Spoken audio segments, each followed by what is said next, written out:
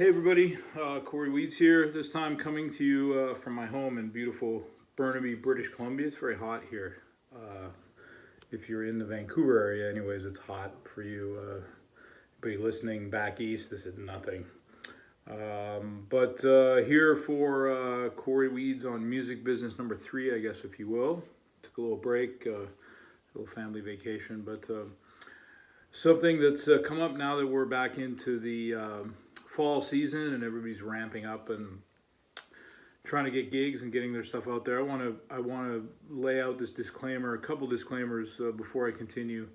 As I've said in the previous 2 videos, there's no music business for dummies. Everybody's journey is different, and for those of you that don't know me, I straddle both sides.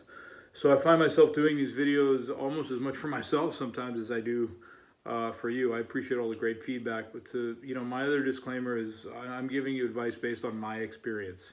You don't have to agree with it, you don't have to like it, and I'm happy if you challenge me and want to get into a healthy discussion about anything that I'm talking about.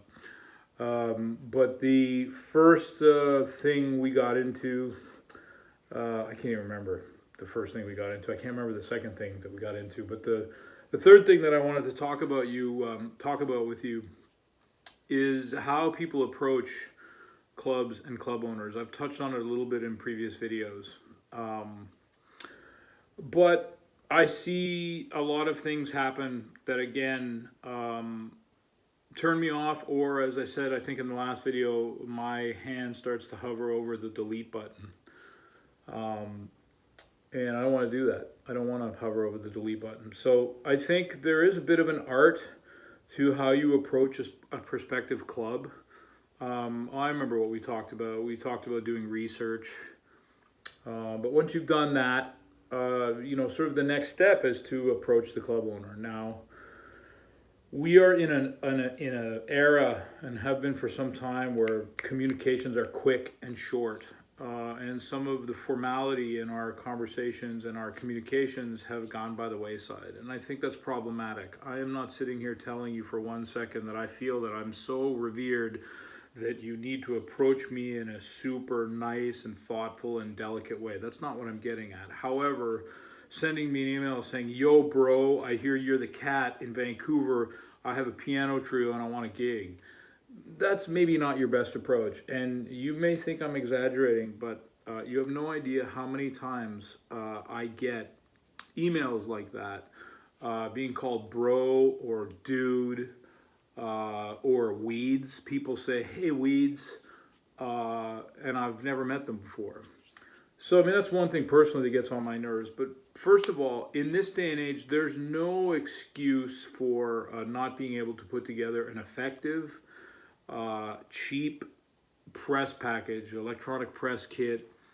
There's no excuse for it anymore, because it used to be that those things cost money and young musicians didn't have money and blah, blah, blah.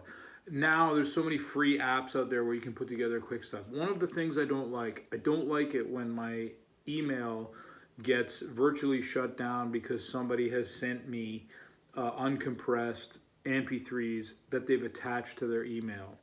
Clogs up my system, it's slow, it just makes everything lethargic on my end. It really frustrates me. So,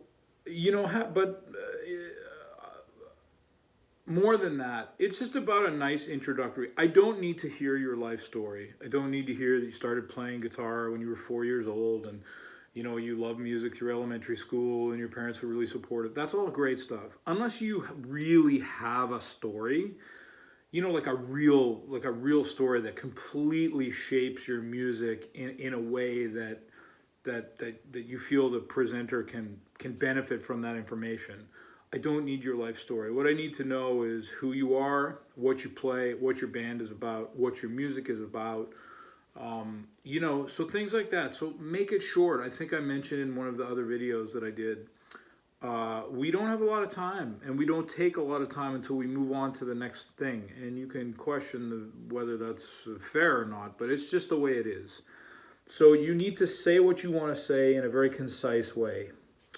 I want to know who you are. I want to know what your project is, who's in your band, maybe a little bit of a backstory. Do you have a CD? Are you preparing to record a CD? Is this a CD release tour?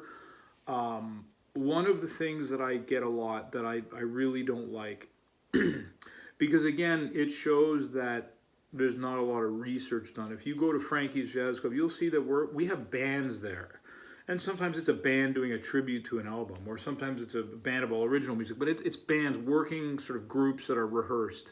So getting emails like, hey, I'm so-and-so, I play guitar, and I can do anything from a duo, trio, quartet, and quintet format. Delete. Or trash. I guess it's the same thing.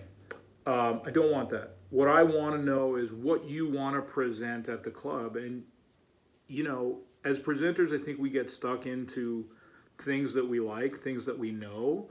But lately, I have been really interested in listening to different things and trying to expand my own scope and trying to involve other musicians maybe that I don't work with as much or even know for that matter. So the whole, yeah, I can play in duo, trio, quartet. Yeah, we can all play in duos and trios and quartets and quintets. We can all do that. You never present a major jazz club, a major jazz festival, a major jazz presenter with that. I guarantee you, I think I can speak for most presenters that doesn't go over well. Again, if I'm wrong, please challenge me. So all of this to say, I think you should really have a good approach and a good, concise paragraph of what you're trying to present. Don't address the club owner as bro or dude or by their last name. And I don't think that you have to be so formal that it's fake. I get the age that we live in. We're jazz musicians. We're trying to be hip and we're trying to be casual and trying to be cool. But I think there does need to be a certain amount of formality there when you're approaching someone, because this is the first impression that you're going to get. When I get an email from somebody, this is the first impression I get of how they present themselves. And if you are presenting yourself in a professional, organized, concise way, I'm going to make the assumption that that's the way it's going to come across on the stage. And why do I care how it comes across on the stage? Because I'm the guy that hears about it when somebody wasn't cool.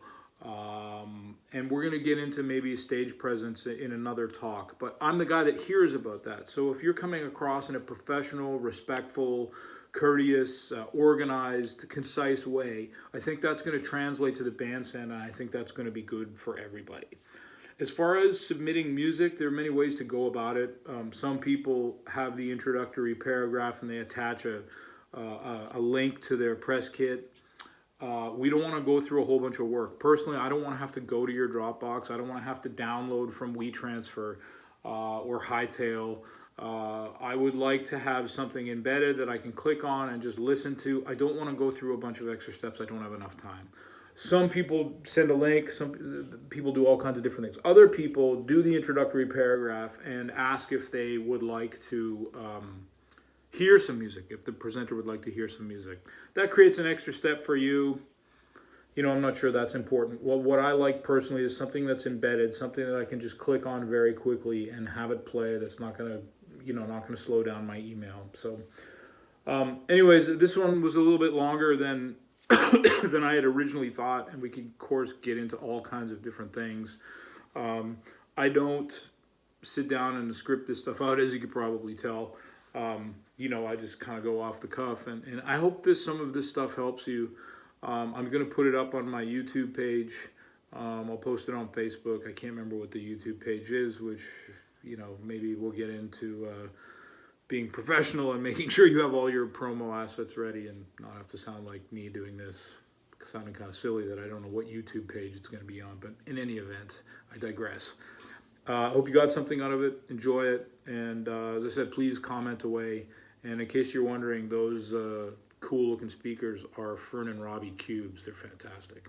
Ciao.